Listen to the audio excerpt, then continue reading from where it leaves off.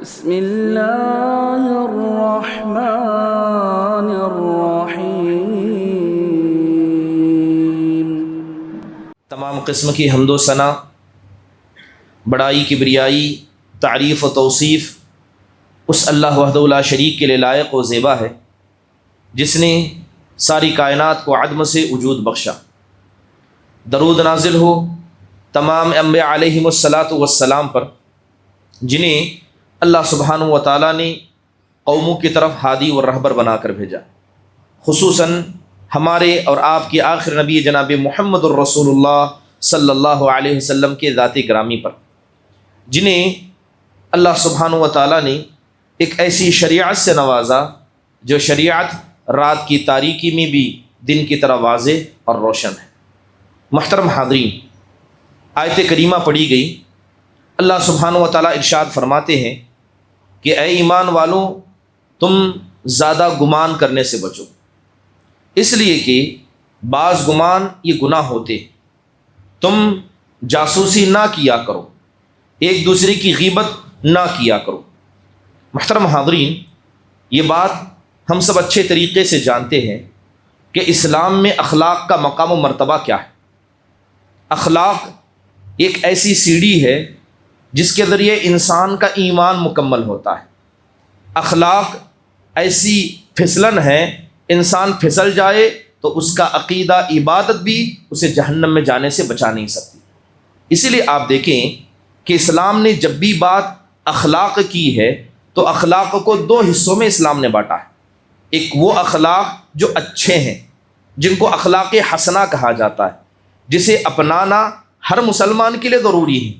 ایک وہ اخلاق جو برے ہیں، جنہیں اخلاق سیئہ کہا جاتا ہے، اس سے بچنا ہر مسلمان کے لیے واجب اور ضروری ہے۔ اگر اخلاق کا مقام و مرتبہ انسان دیکھنا چاہے تو یوں سمجھے کہ اگر انسان کا عقیدہ اور عبادت اس کا جسم ہے تو اخلاق اس کی روح ہے۔ بغیر اخلاق کے انسان کے ایمان کا درخت ایسا ہوگا جس پر کبھی پھل اگ نہیں سکتے۔ محترم حاضرین، آپ نے یہ بات بارہا سنی ہوگی کہ اسلام کی دعوت مشرق سے مغرب تک اگر پھیلی ہے تو اس کی بنیادی وجہ مسلمانوں کے اچھے اخلاق رہے ہیں۔ موجودہ دور میں مسلمان صحیح عقیدے کے ہونے کے بعد بھی اگر صحیح اللہ یا یوں کہیں کہ صحیح معبود یا معبود حقیقی کو ماننے کے بعد بھی اگر مسلمان بدنام ہے تو اپنے برے اخلاق کی وجہ سے۔ اس لیے آپ دیکھیں کہ ایک آدمی، ایک ایمان والا جب وہ اچھے اخلاق کو اپناتا ہے تو شریعت کہتی ہے کہ اللہ اسے اتنا ہی ثواب دیتا ہے جتنا ثواب رات بھر اللہ کی عبادت کرنے والا اور دن بھر روزہ رکھنے والا لے جاتا ہے۔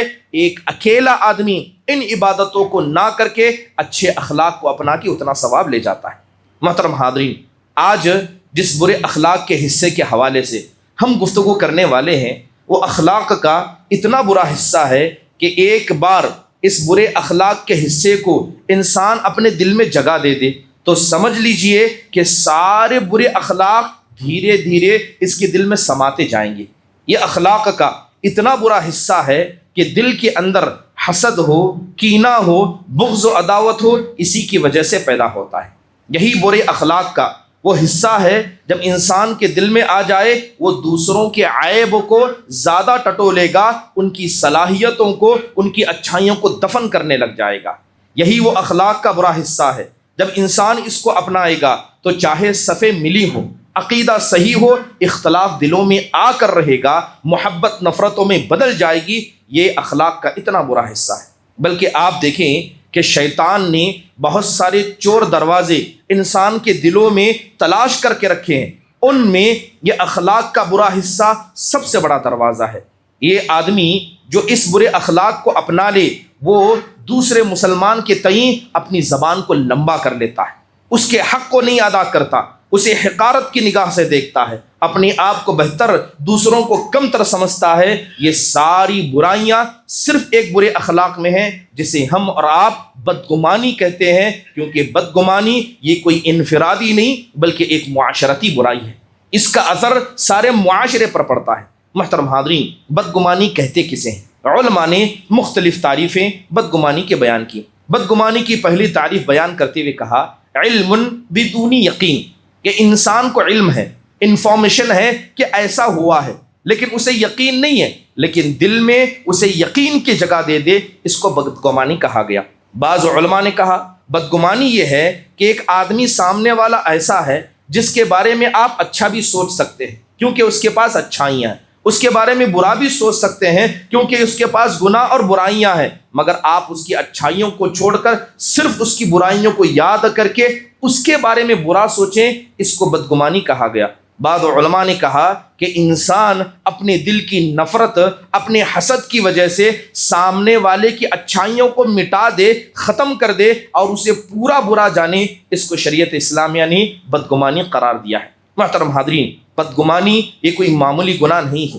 آج بدگمانی کو لوگوں نے گناہ ہی سمجھنا بھول گیا ہے، بلکہ سمجھتے ہیں یہ گناہ کی کیٹیگری میں آتا نہیں، جبکہ علامہ ابن حجر العسقلانی رحمہ اللہ نے جب کبائر کی تعریف لکھی، کبیرہ گناہوں کو گنایا، تو اس میں 31 نمبر پر اسی بد اخلاقی کے حصے کو یعنی بدگمانی کو گنایا ہے۔ تو پتہ یہ چلا کہ بدگمانی یہ حرام ہے، اتفاقی طور پر حرام ہے، بلکہ یہ کبیرہ گناہوں میں سے ہے۔ قرآن میں اللہ تبارک و تعالیٰ نے اس بدگمانی کا ذکر کیا ہے۔ اللہ تعالیٰ ارشاد فرماتے ہیں ان الذین جاءوا بالافک عصبۃ منکم لا تحسبوه شرا لکم بل هو خیر لکم۔ اللہ تعالیٰ کہتا ہے کہ یہ جھوٹا قصہ، یہ واقع افک جنہوں نے گھڑا ہے، اے ایمان والو، اے اہل ایمان والو، اسے تم اپنے لیے برا مت سمجھو، یہ تمہارے لیے بہتر ہے۔ اس آیت کے آخری حصے میں اللہ تعالیٰ نے کہا لولا اذ سمعتموه ظن المؤمنون والمؤمنات بانفسهم خیرا وقالوا هذا افک مبین۔ اللہ کہتا ہے کہ ایمان والے مردوں نے، ایمان والی خواتین نے ایسا کیوں نہیں کیا کہ جب یہ جھوٹی خبریں معاشرے میں پھیل گئی تو جس طرح اپنے نفس کے بارے میں اچھا سوچتے ہو، ایمان والوں کے بارے میں ویسا اچھا سوچتے اور کہتے یہ تو سب سے جھوٹا واقعہ ہے۔ محترم حاضرین، یہ قرآن کی آیتیں بلکہ سورہ نور کی 10 آیتیں ہیں جو اسی ضمن میں اتری ہیں جسے ہم اور آپ واقع افک کہتے ہیں۔ واقع افک یہ شریعت اسلامیہ کے اندر، ہماری تاریخ کے اندر ایک ایسا باب ہے جس کا غلط استعمال پہلے بھی کیا گیا، اور آج موجودہ دور کے اندر اہل بیت سے محبت کے نام پر جس طرح لوگوں نے اس قصے کو، قرآن کی سچائی کو جھوٹ میں بدلا، وہ بھی ہم سب جانتے ہیں۔ محترم حاضرین، حضرت عائشہ رضی اللہ عنہا کے بارے میں منافقوں نے چیخ میں گویاں کی تو اللہ تعالیٰ نے اسی کا تذکرہ کیا۔ اب یہ آیت کریمہ کچھ اہم باتیں ہم کو سکھاتی ہے۔ پہلی بات کہ جب بھی کسی ایمان والے کے بارے میں کوئی اڑتی خبر آپ سنیں گے تو آپ کے ایمان کا یہ تقاضا ہے، آپ کو زبان سے کہنا ہوگا کہ یہ جھوٹی بات ہے، آپ کو زبان سے کہنا ہوگا جھوٹی بات ہے، کیونکہ جس مسلمان کے بارے میں آپ اس کی حقیقت کو نہیں جانتے ہیں، اس کے بارے میں صرف ایک خبر کو سن کر آپ اپنے دل کو میلا نہیں کر سکتے۔ اگر کوئی آدمی ایسا کرتا ہے تو یہ اس آدمی کے ایمان کی کمزوری کی علامت ہے، کیونکہ سارے مسلمان، ہر مسلمان کے پاس عدل ہیں، انصاف والے ہیں اور یہ اللہ والے ہیں۔ یہ بات آیت کریمہ بتاتی ہے کہ جو آدمی ہر اڑتی خبر کو مان لیتا ہے، یہ آدمی فی نفسی ہی جھوٹا ہے۔ جب تک شریعت اسلامیہ دلیلوں کو سامنے نہیں رکھتی، اس تک فیصلہ کرنے سے منع کرتے ہیں۔ مثال کے طور پر اگر ایک آدمی نے کسی پر الزام لگایا تو جب تک الزام ثابت نہیں ہوگا، الزام لگانے والا جھوٹا ہے، الزام لگانے والا جھوٹا ہے۔ بات ان لوگوں کی جن کے پاس نہ ثبوت ہیں نہ ذرائع ہیں، ہر اڑتی خبر کو دل میں جگہ دینا، اپنی انگلیوں کے ذریعے واٹس ایپوں پر پھیلانا، آج یہ بہت سارے مسلمانوں کا مشغلہ بن چکا ہے۔ یاد رکھیے، ان آیتوں نے صاف پیغام دیا کہ ہر خبر کو ماننا یہ خود انسان کا جھوٹا ہونا ہے، اور ایمان والے کے بارے میں جب کبھی خبر کو آپ سنیں گے، آپ کو دل میں نہیں بلکہ زبان سے کہنا پڑے گا کہ یہ جھوٹی خبر ہے۔ محترم حاضرین، یہ بدگمانی اتنا بڑا گناہ ہے کہ مشرکین مکہ نے جو اللہ کے ساتھ شرک کیا، اس کے بہت سارے اسباب تھے، اس میں ایک سبب یہ بدگمانی تھی۔ کیا ایسا ہو سکتا ہے کہ ایک آدمی اللہ کی عظمت کو جانتا ہے، اللہ تبارک و تعالیٰ کی کبریائی کو جانتا ہے، وہ اللہ کے ساتھ کسی حقیر مخلوق کو شریک کرے گا؟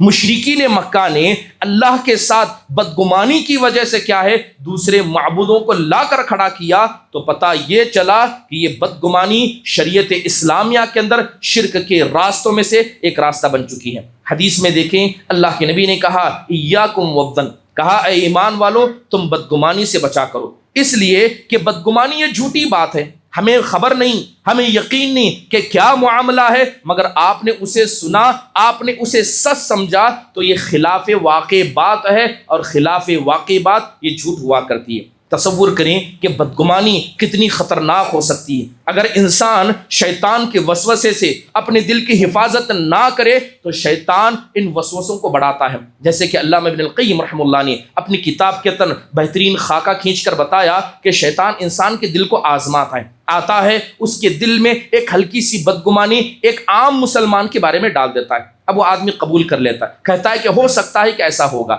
پھر جب انسان نے اس کو قبول کیا تو شیطان جاتا ہے اور اہل ایمان کے تعلق سے اس کے دل میں بدگمانی پیدا کرتا ہے، پھر اسے بھی قبول کر لیتا ہے، پھر وہ اپنے ذمہ داروں اپنے بڑوں کے مسئلے میں دل میں بدگمانی کرتا ہے، انسان اسے بھی قبول کر لیتا ہے، پھر اس کے بعد سیدھے شیطان شریعت اسلامیہ کے حوالے سے دل میں بدگمانی پیدا کر دیتا ہے کہ شریعت کے فیصلے یہ انصاف پر نہیں ہے، یہ حق کے فیصلے نہیں ہے، انسان اس کو بھی قبول کر لے تو شیطان جناب محمد الرسول اللہ صلی اللہ علیہ وسلم کی ذات تک پہنچ جاتا ہے اور آپ کی ذات کے بارے میں بدگمانی پیدا کرتا ہے۔ انسان اس کو بھی قبول کر لے، پھر بات آتی ہے، باری آتی ہے خالق کائنات مالک کی ارض و سما کی، شیطان آ کر کہتا ہے کہ جس رب کو تم مانتے ہو یہ رب انصاف کرنے والا نہیں ہے۔ غزہ کے اندر بمباری ہو رہی ہے، نعوذ باللہ کہ اللہ نے اپنی آنکھوں کو بند کر لیا ہے۔ اس طرح کی بدگمانی، اس طرح کے الفاظ بہت سارے نام نہاد مسلمانوں کو آپ کہتے دیکھیں گے، یہ شیطان کی طرف سے پیدا کیا گیا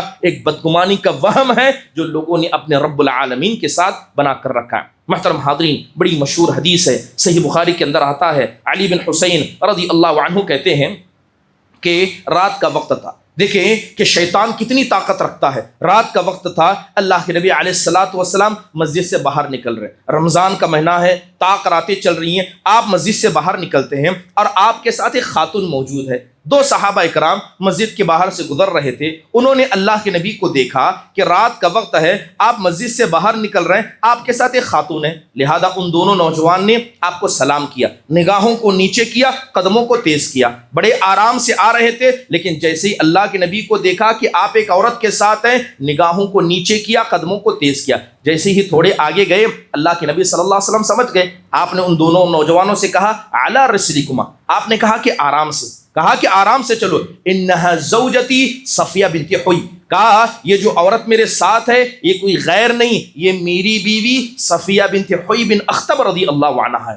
جیسی یہ بات ان دونوں نے سنی کھڑے ہو گئے، کہنے لگے سبحان اللہ یا رسول اللہ، کہنے لگے اے اللہ کے نبی، اللہ کی ذات بڑی پاک ہے کہ اللہ تعالیٰ کوئی اپنے لیے ایسا رسول چنے جو گناہ بھی ایسے کرے، لہذا اللہ کی ذات بڑی پاک ہے۔ تب آپ علیہ الصلوۃ والسلام نے کہا کہ جیسے ہی تم دونوں نے اپنے قدموں کو تیز کیا مجھے ڈر لگا کہیں شیطان تم دونوں کے دل میں ہمارے تعلق سے کوئی بدگمانی پیدا نہ کرے، اس لیے آگے بڑھ کر میں نے کہا یہ کوئی غیر نہیں، یہ میری بیوی صفیہ بنت حوی بن اخطب رضی اللہ عنہا ہے۔ سبحان اللہ، وہ صحابہ اکرام تھے، وہ نبی کریم صلی اللہ علیہ وسلم تھے۔ شیطان اس بات کی طاقت رکھتا ہے، وسوسوں میں اتنی طاقت ہے کہ وہ نبی کی موجودگی میں رمضان کے مہینے میں آپ علیہ الصلوۃ والسلام آپ کے اہل خانہ کے مسئلے میں صحابہ کے دل میں اگر وسوسہ ڈال سکتا ہے تو ہماری اور آپ کی اور ہمارے ایمان کو کیا حال ہونا چاہیے۔ محترم حاضرین، اسی لیے دیکھیں کہ ابو داؤد شریف کے اندر ابی امامہ الباہلی رضی اللہ عنہ نے اسی بدگمانے کے حوالے سے ایک روایت نقل کی، اللہ کے نبی کہتے ہیں ان الامیر اذا ابتغى الریبۃ فی الناس افسدهم، ایک قوم کا امیر ہے، قوم کا بڑا ہے، صرف قوم کا امیر، قوم کا بڑا اپنی ماتحت لوگوں کے مسئلے میں بدگمان ہو جائے وہ زمین میں فساد مچا کر رہے گا۔ قوم کا بڑا، قوم کا لیڈر صرف اپنے ماتحت لوگوں کے مسئلے میں دل میں بدگمانی پیدا کر لے، وہ اکیلا زمین میں فساد مچانے کے لیے کافی ہے۔ محترم حاضرین، یہی وجہ تھی کہ سلف صالحین نے جس طرح ظاہری عبادتوں پر توجہ دی، اس سے زیادہ سلف صالحین نے ان عبادتوں پر توجہ دی جس کا تعلق دل سے تھا۔ آئیے چند مثالیں دیکھتے ہیں کہ سلف صالحین نے اس بدگمانی کو کتنا بڑا جرم سمجھا اور کس طرح اپنے دل کو اس سے پاک کیا کرتے تھے۔ بڑی مشہور کتاب سنن الصالحین، اس کے اندر امام مالک رحمہ اللہ نے عبداللہ بن عمر رضی اللہ عنہ کا قصہ نقل کیا۔ بتایا جاتا ہے کہ حضرت عبداللہ بن عمر نے دو نوجوانوں کو اپنا گھر بیچا۔ فجر کے بعد اتفاق ہوا کہ فجر کے بعد ڈیل کی جائے گی۔ فجر کی نماز جیسے ہی ختم ہوئی، حضرت عبداللہ بن عمر اپنے گھر کے پاس آئے، وہ دو نوجوان آئے، حضرت عبداللہ بن عمر دروازے کے سامنے کھڑے ہو کر انہیں وضاحت کر رہے ہیں کہ دیکھو یہ تمہارا حصہ ہے، یہ بقیہ میرا حصہ ہے، جو تمہارا ہے لے لو اور جو میرا ہے اسے باہر نکال دو۔ لہذا حضرت عبداللہ بن عمر رضی اللہ عنہ دروازے کے سامنے بیٹھے ہیں اور وہ دونوں نوجوان کیا کر رہے ہیں؟ حضرت عبداللہ بن عمر کا سامان گھر سے نکال رہے ہیں۔ اب جیسے ہی وقت گزرتا گیا تو سورج چڑھنے لگا، یہاں تک کہ سورج کی روشنی حضرت عبداللہ بن عمر کے چہرے پر پڑنے لگی۔ ان دونوں نوجوانوں کو رحم آیا، ان دونوں نے کہا کہ اے صحابی رسول، جتنا آپ نے بتایا ہے اتنا ہی لیں گے، اس میں کمی زیادتی نہ کریں گے۔ آپ دروازے کے سامنے نہ بیٹھیں، دھوپ آپ کو لگ رہی ہے، تھوڑا بازو میں جا کر بیٹھ جائیں، ہم بالکل انصاف کے ساتھ معاملہ کریں گے۔ حضرت عبداللہ بن عمر کہتے ہیں کہ میں گھر کے دوسرے طرف جا کر بیٹھ جاؤں اور شیطان میرے دل میں آ کر تمہارے بارے میں بدگمانی پیدا کرے، ہو سکتا ہے کہ انہوں نے کوئی چیز اٹھا لی ہو۔ کہتے ہیں اس بدگمانی سے بچنا ضروری ہے، مجھے سورج کی روشنی منظور ہے مگر تمہارے بارے میں بدگمان ہو جاؤں یہ مجھے منظور نہیں ہے۔ سبحان اللہ، جب انسان کا دل پاک اور صاف ہوتا ہے اللہ تعالیٰ اس بدگمانی سے ان کو بچا لیتا ہے۔ طبقات الکبریٰ ابن سعد رحمہ اللہ کی بڑی معروف کتاب ہے، اس کے اندر بکر المزنی کا ایک قول نقل کیا گیا۔ کہتے ہیں ایاک من کلام ان اصبت فیہ فلم تؤجر وان اخطأت وزرت وذلک سوء الظن باخیک۔ کہتے ہیں کہ ایسی بات سے، ایسی گفتگو سے ہمیشہ بچ کر رہنا، اگر تمہاری بات 100% صحیح بھی ہے تم کو 1 پیسے کا ثواب نہیں ملے گا، لیکن غلط ہے یاد رکھنا تمہارے ایمان کو یہ کھا جائے گا۔ یہ اپنے مسلمان بھائی کے تعلق سے بدگمانی، آپ نے کسی کو برا سمجھا، حقیقت میں وہ برا ہے بھی، آپ نے اس کی برائی کی وجہ سے اس سے برا سمجھا، کیا اس پر کسی انسان کو ثواب ملنے والا ہے؟ لیکن اگر وہ انسان برا نہیں نکلا، آپ نے اسے برا سمجھا تو یہ بدگمانی آپ کے ایمان کو کمی کرنے کے لیے کافی ہو جائے گی۔ محترم حاضرین، یاد رکھیے احیاء علوم الدین کے اندر امام غزالی کا ایک قول نقل کیا، کہتے ہیں سوء الظن غیبت القلب۔ جس طرح زبان کی غیبت کسی مسلمان کی برائی بیان کرنا ہے، دل کی غیبت کسی مسلمان کے تعلق سے دل میں بدگمانی پیدا کرنا ہے۔ بلکہ امام خطابی کہتے ہیں کہ اکثر لوگ دوسروں کے مسئلے میں جھوٹ اس بدگمانی کی وجہ سے بولتے ہیں، ہو سکتا ہے وہ برا ہے، وہ ایسا ہی ہے، حقیقت نہیں پتا، لہذا بدگمان انسان یہ جھوٹا انسان ہوتا ہے۔ محترم حاضرین، بدگمانی کتنے درجے کی ہوتی ہے؟ سب سے پہلے بدگمانی جو لوگوں کے دلوں میں ہوتی ہے وہ ایک عام مسلمان کے تعلق سے۔ اس کے لیے ہمیں سمجھنا ہوگا کہ کون سے ایسے شروط ہیں، ایسے ٹرم اینڈ کنڈیشن ہیں جس کی وجہ سے آپ ایک مسلمان سے بدگمان ہو سکتے ہیں۔ علماء نے بڑی تفصیل اس کے بارے میں لکھی ہے، کہتے ہیں کہ اگر ایک مسلمان ہے، آپ اس سے بدگمان ہونا چاہتے ہیں اور آپ نے اس کو برائی کرتے دیکھا، بدگمان ہونے کی پہلی شرط یہ ہے کہ وہ کھلم کھلا برائی کرتا ہو، کھلم کھلا برائی کرتا ہو۔ جب وہ کھلم کھلا برائی کرتا ہے تو 2 کنڈیشن کی بنیاد پر آپ اس سے بدگمان ہو سکتے ہیں۔ پہلی کنڈیشن یہ ہے کہ جب آپ اس کی برائی کی وجہ سے اس سے بدگمان ہوں گے تو آپ کے بیہیویئر میں چینج نہیں آنا چاہیے، آپ کا تعامل اس سے خراب نہیں ہونا چاہیے۔ وہ برا ہے اس لیے میں اس سے بات نہیں کروں گا، وہ برا ہے میں اسے سلام نہیں کروں گا، وہ مسلمان ہے آپ کا حق ہے اسے سلام کرنا، وہ مسلمان ہے آپ کا حق ہے اس سے گفتگو کرنا، پیار محبت سے گفتگو کرنا۔ دوسری شرط لگائی علماء نے کہ آپ اس کی غیبت کرتے نہیں گھومیں گے۔ آپ نے اسے دیکھا، برائی کرتے دیکھا، آپ اس کی برائی کے نیوز پیپر لوگوں کے سامنے بانٹتے گھومیں۔ اگر کوئی آدمی ان 2 کنڈیشن کو مانتا ہے، اس پر عمل کرتا ہے، تب جا کر کسی گنہگار مسلمان سے وہ بدگمان ہو سکتا ہے۔ بات اگر نبی کریم صلی اللہ علیہ وسلم کی ذات کے حوالے سے بدگمانی کی کہیں، اسے اسلام نے قطعی طور پر حرام قرار دیا۔ شریعت اسلامیہ نے اللہ کے نبی صلی اللہ علیہ وسلم کے حقوق کا بیان کر دیا۔ کوئی آدمی دل کے اندر ادنا حصہ بھی نبی صلی اللہ علیہ وسلم کی سیرت، آپ کے اقوال، آپ کے افعال، آپ کے کیے گئے کاموں کے بارے میں ادنا حصہ بھی بدگمانی کا دل میں پال لے، وہ اسی وقت کفر کے دروازے میں داخل ہو جائے گا، اسلام سے نکل جائے گا۔ اللہ معاف فرمائے، یہ فتنوں کا دور ہے۔ آپ دیکھیں فتنے کیسے ہیں، فتنے گھروں میں، دلوں میں داخل ہو چکے ہیں۔ ماضی قریب میں آپ نے سنا کہ نبی کریم صلی اللہ علیہ وسلم کی شخصیتوں پر سوال اٹھائے گئے۔ لوگوں نے کہا کہ آپ نے ایک 7 سال کی بچی سے نکاح کیا، 9 سال کی بچی کے ساتھ آپ نے ولیمہ بنایا، یہاں اتنے لوگ موجود ہیں، سچ تو بتائیے کتنے لوگوں کو اس کی حقیقت پتہ ہے، اس کا جواب پتہ ہے؟ آپ نے اس گمان کو سنا، اس شبہے کو سنا، اور آپ نے اس میں دل میں جگہ دی اور دل میں کہا ہو سکتا ہے آپ سے غلطی ہو گئی ہو، یہ ہو سکتا ہے آپ کو سیدھے کفر کے دروازے تک لے جا کر کھڑا کر دی گئی۔ میراث کے حوالے سے، شریعت اسلامیہ کے حوالے سے سوال اٹھائے جاتے ہیں۔ اپنے گھر میں جائیے، گھر کی خواتین سے پوچھئے، یہ جو اللہ تعالیٰ کا فیصلہ کہ ایک ہی ماں باپ سے پیدا ہونے والے 2 بچے ہیں، ایک لڑکا ہے ایک لڑکی ہے، اسلام لڑکے کو دگنا لڑکی کو سنگل حصہ دیتا ہے، یہ انصاف ہے کہ انصاف نہیں؟ گھر کی عورت نے کہا انصاف نہیں ہے، اللہ کے قانون کو نہ ماننے کی وجہ سے وہ سیدھے کفر کے دروازے تک پہنچ جائیے۔ محترم حاضرین، یہ بنیادی علم ہے جو ہم میں سے ہر مرد ہر خاتون کو پتہ ہونا چاہیے۔ ایسے ہزاروں شبہات ہمارے دل میں ہیں اور اس کی بڑی وجہ اللہ پر ایمان کی کمزوری، علم میں کمی کا مسئلہ ہے۔ محترم حاضرین، بات اگر اللہ تعالیٰ کے ساتھ بدگمانی کی کریں، آج دیکھیں کہ لوگوں نے اپنے زبانوں کو جرأتوں سے بھر کر رکھا ہے۔ کوئی کہتا ہے کہ اللہ تبارک و تعالیٰ ہمیں نہیں دیکھتا، گھر میں کسی کا انتقال ہو جائے، خواتین اپنا سینہ پیٹتی ہیں، سر پیٹتی ہیں، کہتے ہیں کہ اللہ تعالیٰ کو ہمارا ہی بچہ پسند آیا تھا، کیا ہم ہی نظر آتے ہیں، کیا ساری مصیبتیں ہم پر ہی نظر آتی ہیں؟ سبحان اللہ، اس طرح کے الفاظ یہ اللہ کے ساتھ بدگمانی ہے،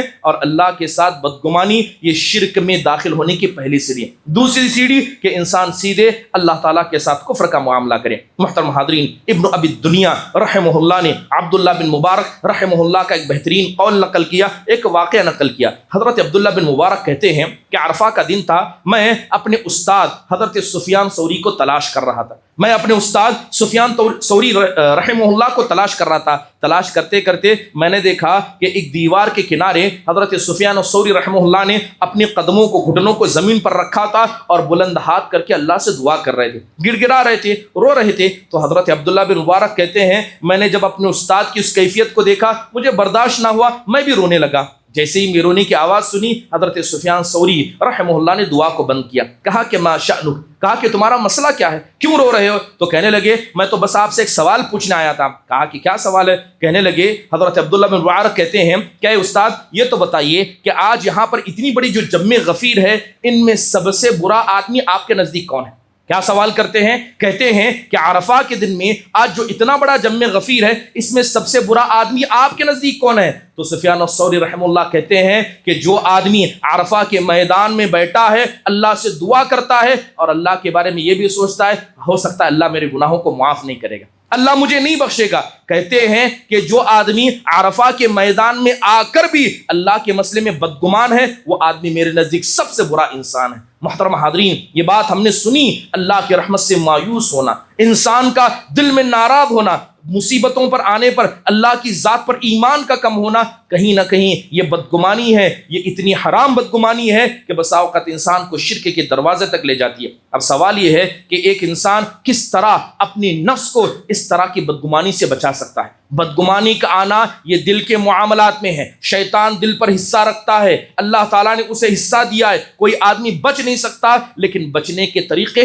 شریعت نے ہمیں بچا کر دیے۔ سب سے پہلی بات یہ ہے کہ آپ اپنے دل کو پاک و صاف رکھیں، آپ اپنے دل کو پاک و صاف رکھیں۔ اگر آپ کا دل پاک ہے، اللہ تعالیٰ ایسے پاک دل میں شیطان کے وسوسے کو جلدی جگہ نہیں دے گا، وہ آپ سے دور رہے گا۔ اس لیے آپ دیکھیں کہ لوگوں میں سب سے افضل انسان کون ہے؟ کہا گیا کہ کل مخموم القلب و صدوق اللسان۔ کہا گیا، آپ سے پوچھا گیا کہ سب سے افضل انسان کون ہے، سب سے بہترین انسان کون ہے؟ تو آپ علیہ الصلوۃ والسلام نے کہا کہ جو آدمی دل کے اعتبار سے مخموم ہے اور زبان کا سچا ہے، وہ سب سے بہترین انسان ہے۔ تو صحابہ نے کہا اے اللہ کے نبی، ہمیں زبان کا سچا پتہ ہے، یہ مخموم القلب کا مطلب کیا ہوتا ہے؟ تو آپ نے کہا التقی النقی لا اثم علیہ ولا بغی، کہا کہ دل کے مخموم ہونے کا مطلب یہ ہے کہ وہ دل سے پاک ہے، دل سے صاف ہے، نہ اس کے دل میں گناہ ہے، نہ اس کے دل میں کسی کے تعلق سے برائی ہے۔ تو دل کی سلامتی یہ افضل اعمال میں سے، لوگوں میں سے افضل بنا دیتی ہے۔ محترم حاضرین، انسان کا دل پاک و صاف ہو تو اتنا ہو جتنا کہ حضرت یعقوب علیہ السلام کا تھا۔ تصور کریں کہ بیٹوں نے، سگی اولاد نے محبوب بیٹے کو لے جا کر کنویں میں پھینک دیا، جھوٹی قمیص لائی۔ حضرت یعقوب کو پتا تھا کہ ان لوگوں نے بچے کے ساتھ کیا کیا ہے، ان لوگوں نے کیا معاملہ کیا ہے، اس کے بعد بھی اپنے بچوں کے کیا مسئلے میں بدگمان ہوئے، کہا کہ جاؤ یوسف کو تلاش کرو، اللہ کی رحمت سے مایوس نہ ہونا۔ اپنے بچوں کو برا بلا کہنے کے بجائے اللہ کی ذات پر یقین رکھا اور اپنے بچوں کے مسئلے میں بھی اپنے دل کو پاک رکھا۔ سبحان اللہ، دل پاک ہو تو کیسا ہو۔ غزوہ احد کا مسئلہ ہمیں یاد ہے، نبی کریم صلی اللہ علیہ وسلم گڑھے میں گر گئے، آپ کے پیشانی پھٹ گئی، آپ علیہ السلام کے گال زخمی ہو گئے، آپ کے دانت ٹوٹ گئے۔ ایسی حالت میں اللہ کے نبی علیہ السلام کیا کہتے ہیں؟ رب اغفر لی قومی فانہم لا یعلمون۔ جن لوگوں نے آپ کو تکلیف پہنچایا، آپ کا چہرہ لہو لہان ہے، آپ کی بیٹی حضرت فاطمہ چہرے سے خون کو پوچھ رہی ہیں اور آپ کہتے ہیں اے اللہ اس قوم کو تو معاف کرنا، یہ مجھے نہیں جانتی، یہ تیری ذات کو نہیں جانتی۔ انسان کا دل پاک ہو تو سب سے پہلے اپنے دشمنوں کے مسئلے میں پاک ہو۔ یہاں دشمن تو دشمن نہ اپنے دوست ہیں، نہ گھر والے ہیں، نہ سگے ماں باپ ہیں، نہ ماں باپ کا سگے اولاد کے مسئلے میں دل پاک و صاف ہے۔ محترم حاضرین، اگر آپ چاہتے ہیں کہ بدگمانی سے بچ جائیں تو جہاں بدگمانی کے راستے ہیں ان راستوں سے اپنے آپ کو دور رکھیں۔ آج یہ ایسا دور ہے کہ معاشرتی منافقت لوگوں کی دلوں میں آ گئی ہے۔ اسلام کہتا ہے مسلمان تو وہ ہے جو دوسرے مسلمان کے لیے آئینہ ہے۔ آپ کا کھانا، آپ کا کمانا، آپ کی زندگی سب کے سامنے واضح ہونی چاہیے۔ اسلام میں کسی کی پرسنل لائف نہیں ہوتی ہے، آپ کا معاملہ یہ معاشرے کا معاملہ۔ کسی گھر میں طلاق و خلا ہوتا ہے، کوئی مسلمان مارا جاتا ہے، یہ سارے مسلمانوں کا مسئلہ ہے، کسی کا ذاتی مسئلہ نہیں ہے۔ اس لیے تو اسلام نے کہا کہ المؤمنون للمؤمنین المسلمون لبعضهم لبعض، کہ مسلمان آپس میں ایک دوسرے کے لیے کیسے ہیں؟ کالبنیان یشد بعضه بعضا، یہ ایک دیوار کے جیسے ہیں جو ایک دوسرے کو طاقت اور تقویت پہنچاتے ہیں۔ محترم حاضرین، ضروری ہے کہ اسلام مسلمان کیا کرے؟ ان تمام راستوں سے بچے جو بدگمانی کی طرف اسے لے جاتے ہیں۔ مثال کے طور پر چند راستوں کی طرف اللہ کے نبی نے اشارہ کیا۔ قرآن میں اللہ کہتا ہے یا ایھا الذین آمنوا اذا تناجیتم فلا تتناجوا بالاسم والعدوان۔ اللہ کہتا ہے کہ ایمان والو جب گفتگو کرو تو تم گفتگو کیا ہے؟ اللہ کی نافرمانی پہ مت کرو۔ اس کے ضمن میں علماء نے حدیث نقل کرتے ہوئے کہی، اللہ کے نبی نے کہا کہ جب دو آدمی کھڑے ہوں اور تیسرا بھی ساتھ میں ہو تو دو اکیلے میں جا کر گفتگو نہ کریں، تیسرے کو چھوڑ کر دو گفتگو نہ کریں، کیونکہ یہ چیز تیسرے کے دل میں بدگمانی کو پیدا کر سکتی ہے۔ چاہے آپ اس سے اجازت ہی کیوں نہ لیں، آپ اپنی بات کو ٹال دیں، مجلس کے ختم ہونے کا انتظار کریں۔ آپ نے اگر پرسنل میں دو گفتگو کی، تیسرے کو چھوڑا تو یہ تیسرے کے دل میں بدگمانی کو پیدا کر سکتا ہے۔ ایک بڑی مشہور حدیث ہے، اللہ کے نبی علیہ السلام جنگ کے میدان میں تھے، صحابہ جنگ میں شامل ہو رہے تھے، نماز کھڑی ہوئی، آپ نے صحابہ کو دیکھا کہ ایک جماعت کھڑی ہے جو صف میں شامل نہیں ہو رہی ہے اور سارے صحابہ صف بندی کر رہے ہیں، تو آپ نے ان آئے ہوئے مسلمانوں سے پوچھا کہ تم نماز نہیں پڑھتے کیا؟ تم نماز میں شامل نہیں ہوتے؟ انہوں نے کہا اللہ کے نبی جس عصر کی نماز کو آپ پڑھ رہے ہیں ہم نے ظہر عصر پڑھ لی ہے، ہم یہاں پر آ گئے ہیں۔ تب اللہ کے نبی نے کہا کہ آؤ نماز میں شامل ہو جاؤ۔ آپ نے ان سے کہا کہ آؤ صف میں شامل ہو جاؤ۔ ابن کثیر رحمہ اللہ علیہ اس کی وجہ لکھتے ہیں کہیں دوسرے لوگ یہ بدگمان نہ ہو جائیں کہ یہاں نماز کھڑی ہے اور یہ لوگ باہر کھڑے، وہ نہیں جانتے کہ انہوں نے نماز پڑھ لی ہے۔ اگر نماز کھڑی ہے، آپ نے نماز پڑھ بھی لی ہے، صرف دوسروں کے مسئلے میں بدگمانی سے بچنے کے لیے آپ صف میں شامل ہو جائیے۔ تو اس کا مطلب یہ ہوا کہ وہ لوگ جو تراویح کی حالتوں میں مصلی کھڑا ہے، امام کھڑا ہے، مقتدی کھڑے ہیں لیکن لوگ پیچھے بیٹھے، یہ سارے مسلمانوں کے دلوں میں بدگمانی کا راستہ پیدا کرے۔ شریعت اسلامیہ نے اس سے بھی منع فرمایا۔ حضرت عمر بن خطاب کے بارے میں آتا ہے کہ حضرت عمر بن خطاب رضی اللہ عنہ جب مارکیٹ میں نکلتے تو آپ کے ہاتھ میں درہ کوڑا ہوا کرتا، کسی کو غلط کرتے ہوئے دیکھتے پہلا کوڑا برسایا کرتے۔ واقعہ بیان کیا گیا کہ ایک آدمی جو سفر کر کے آیا تھا اپنی بیوی کو لے کر کھڑا تھا اور بیچ مارکیٹ میں گفتگو کر رہا تھا۔ حضرت عمر آئے، جیسے ہی حضرت عمر نے ایک آدمی کو ایک عورت سے گفتگو کرتے دیکھا، فوراً کوڑا اٹھایا اور آگے بڑھے۔ اس آدمی نے حضرت عمر کو دیکھ لیا، پیچھے ہٹتے ہوئے کہا کہ یہ عورت کوئی اور نہیں ہے، میری بیوی ہے۔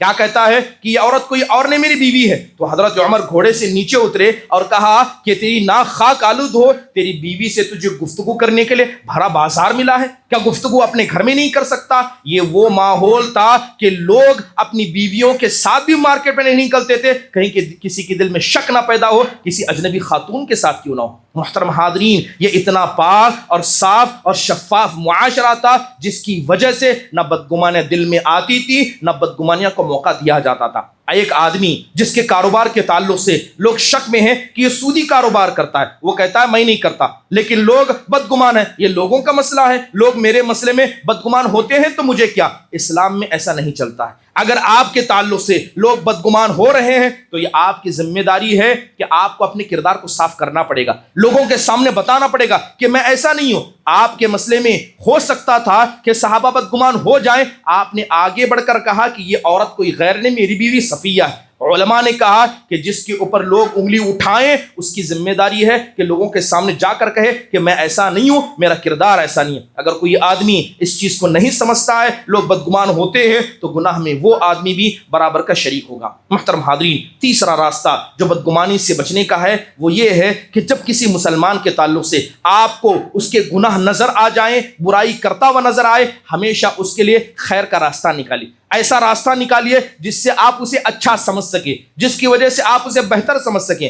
شریعت کے اندر بہت ساری مثالیں اس کی ملتی ہیں. حضرت عمر کہا کرتے تھے لا تظنن بکلمۃ خرجت من اخیک شرا وانت تجد لها فی الخیر محملا. کہتے ہیں کہ تمہارے بھائی نے اگر اپنی زبان سے ایک لفظ کہا ہے, وہ لفظ برا ہے لیکن خیر کی طرف جانے کا ایک راستہ ہے, خیر اس کے بارے میں صرف 1% سوچ سکتے ہو, تو وہ جو برا لفظ ہے اسے خیر کی طرح سوچو, یہ تمہارے بھائی کا تم پر حق موجود ہے. محترم حاضرین, حضرت اسامہ بن زید کا قصہ ہمیں پتا ہے کہ ایک آدمی نے لا الہ الا اللہ کہہ دیا, حضرت اسامہ نے تلوار چلا دی, وہ مر گیا.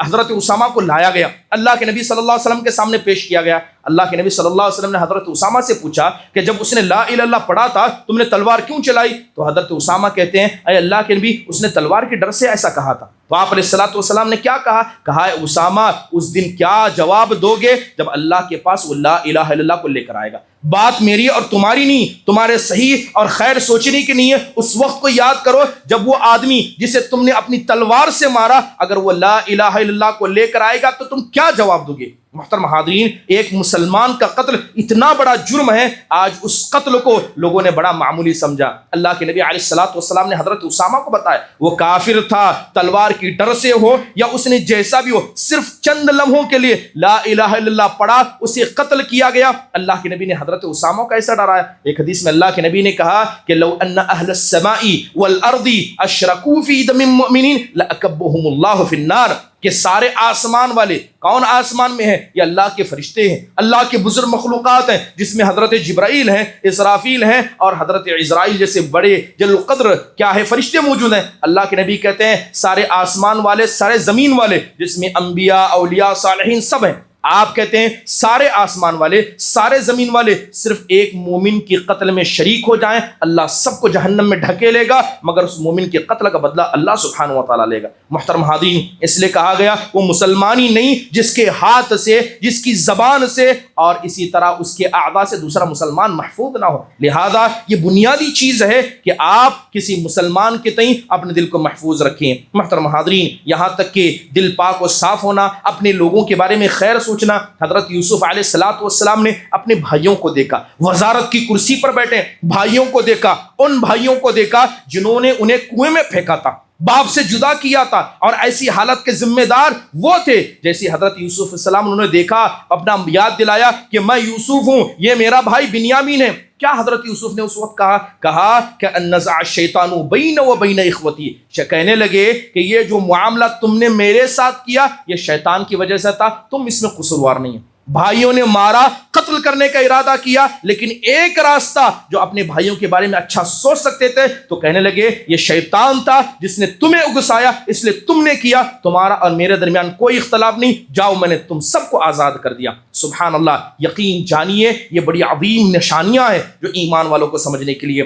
اگر آپ بدگمانی سے بچنا چاہتے ہیں تو ضروری ہے کہ محبت کے ماحول کو پیدا کریں, اسلامی اخوت کو پیدا کریں, اچھے لوگوں کو دوست بنائیں, برے لوگوں سے کیا ہے اپنے آپ کو دور رکھیں۔ اس کے علاوہ اگر کوئی آدمی بدگمانی میں مبتلا ہو چکا ہے وہ کیسے بچے؟ اگر کوئی آدمی بدگمانی میں مبتلا ہو چکا ہے تو سب سے پہلے اسے یاد کرنا چاہیے کہ یہ ایک کبیرہ گناہ ہے، کبیرہ گناہ، اور کبیرہ گناہ سے انسان کو کس طرح بھاگنا چاہیے؟ جس طرح کہ ایک آدمی اپنی جان کو بچانے کے لیے شیر سے بھاگتا ہے، ایک درندے سے بھاگتا ہے، اس سے زیادہ ایمان کی حفاظت کے لیے انسان کو کبیرہ سے بھاگنا چاہیے۔ اللہ کے نبی علیہ الصلوۃ والسلام گھر میں داخل ہوتے، ایک کھجور پڑا ہوتا، آپ اسے اٹھاتے، کھانے کی نیت ہوتی لیکن آپ اسے نہیں کھاتے، صرف اس ڈر سے کہیں وہ کھجور صدقے کا نہ ہو۔ آپ علیہ الصلوۃ والسلام کی شخصیت جو معصوم تھی، آپ سے گناہ نہیں ہوتے تھے، اللہ نے اگلے پچھلے گناہ معاف کیے تھے، مگر چھوٹے گناہوں سے بھی آپ اتنا ڈرتے تھے۔ جب انسان کبیرہ گناہ کی بات آئے اس کے دل میں ڈر ہونا چاہیے۔ تو یاد رکھیں کہ بدگمانی کبیرہ گناہ ہے، انشاءاللہ تعالی اس سے آپ بچ سکتے ہیں۔ اس کے علاوہ اہم مسئلہ یہ ہے کہ انسان کے دل میں صبر و تحمل ہونا چاہیے۔ اگر آپ کے دل میں صبر نہیں ہے، آپ کے جسم میں صبر نہیں ہے، آپ کے دماغ میں صبر نہیں ہے تو بڑا مشکل ہے کہ آپ لوگوں کے مسئلے میں اچھا سوچ سکیں۔ حضرت عائشہ رضی اللہ عنہا پر الزام لگایا گیا، آیتیں دن اور رات گزر رہے ہیں، آسمان سے وحی نہیں اتر رہی ہے، آپ نے حضرت عائشہ کو اپنے گھر میں رکھا تھا، آپ نے ایک لفظ نہیں کہا۔ کتنا پاک دل اللہ کے نبی صلی اللہ علیہ وسلم کا تھا، کتنا صبر آپ کے پاس تھا، یہاں تک کہ حضرت عائشہ خود سمجھ گئی کہ اللہ کے نبی کا مزاج بدل گیا ہے، اپنے ابا کے گھر گئی، تب پتا چلا شوہر ہیں، نبی ہیں، اللہ کے نبی نے حضرت عائشہ کو ایک لفظ نہیں کہا، حقیقت نہیں بتائی۔ صبر انسان کے پاس ایسا ہونا چاہیے، اور یہ صبر کس کے مسئلے میں ہے؟ آپ کی محبوب اپنی پسندیدہ بیوی کے مسئلے میں۔ آج لوگ اپنے گھر والوں پر صبر کم کرتے ہیں اور غیروں پر صبر زیادہ کرتے ہیں۔ محترم حاضرین، اس کے علاوہ بدگمانی سے بچنا چاہتے ہیں تو اللہ پر توکل ضروری ہے۔ آپ اپنے مسئلے کو، گھر کے مسئلے کو، گھر والوں کے مسئلے کو، میراث کے مسئلے کو، زندگی کے ہر مسئلے کو اللہ کے سپرد کر دیں۔ اللہ بہترین کارساز ہے۔ اگر آپ اللہ کے حوالے کریں گے، آپ اس کے لیے محنت نہیں کریں گے، آپ انتقام کا جذبہ نہیں رکھیں گے۔ محترم حاضرین، ما ظنک باثنین اللہ ثالثہما، اللہ کے نبی کا توکل کیسے تھا؟ آپ کا توکل ایسا تھا کہ دشمن سامنے موجود ہیں، غار کے نیچے ہیں، پکڑے جانے کا خطرہ ہے، آپ کہتے ہیں اے ابو بکر ان دو کے بارے میں تمہارا کیا کہنا ہے جس کا تیسرا اللہ ہے؟ سامنے دشمن بھی ہوں گے، اللہ پر توکل رکھیے، یہ توکل انسان کو بچا کر رکھے گا۔ محترم حاضرین، توکل ہو تو حضرت یعقوب علیہ الصلوۃ والسلام جیسا بچہ بچپن میں چلا گیا ہے، دنیا سے ختم ہونے کا خطرہ زیادہ ہے، بڑھاپے کی عمر کو حضرت یعقوب پہنچتے ہیں، ایسی حالت میں کہتے ہیں کہ ولا تیأس من روح اللہ انہ لا یئس من روح اللہ الا القوم الخاسرون، کہتے ہیں کہ جاؤ، بڑھاپے کو میں پہنچ گیا، بچپن میں یوسف چلے گئے، لیکن جاؤ اللہ کی رحمت سے مایوس نہ ہونا، جاؤ حضرت یوسف کو تلاش کرو۔ سبحان اللہ، ایک عرصہ گزر گیا، بچے سے جوان ہو گیا، لیکن اللہ سے نا امید نہیں ہوئے، اللہ کی ذات سے توکل کو نہیں ہٹایا، یہ اپنی اولاد کے مسئلے میں تھا۔ محترم حاضرین، جب تک انسان کے دل میں ایسا توکل اللہ کے مسئلے میں دل میں نہیں آئے گا، وہ بدگمانی کا شکار ہو سکتا ہے۔ محترم حاضرین، آخر میں نتیجہ کیا ہے؟ نتیجہ یہ نکلا کہ بدگمانی یہ قلب یعنی دل کی ایک بڑی بیماری ہے، اختلاف، اسباب اور حسد کی ایک بنیادی وجہ ہے، اور اس سے سب سے زیادہ ایک ایمان والا دوسرے ایمان والوں کو تکلیف پہنچاتا ہے۔ بدگمانی یہ منافقوں کی صفت ہے، بدگمانی یہ انسان کے دل میں دھیرے دھیرے بڑھتی رہتی ہے، یہاں تک کہ بدگمانی انسان کو شرک اور کفر تک لے جاتی ہے۔ اور یاد رکھیے، اچھا گمان رکھنا یہ ایمان والوں کی صفت میں ہے۔ اللہ تعالیٰ سے دعا ہے کہ اللہ تبارک و تعالیٰ ہم سب کو ہمارے اپنے دلوں کو پاک و صاف کرنے والوں میں سے بنائے، بدگمانی کو اللہ تعالیٰ ہمارے دلوں سے دور کرے، شیطان کے وسوسے سے ہمیں بچائے۔ اللہ تعالیٰ سب کو ایمان صالح اور عمل صالح کی توفیق نصیب فرمائے، آمین۔ اقول قولی ھذا واستغفر اللہ لی ولکم ولسائر المسلمین من کل ذنب فاستغفروه انہ هو الغفور الرحیم۔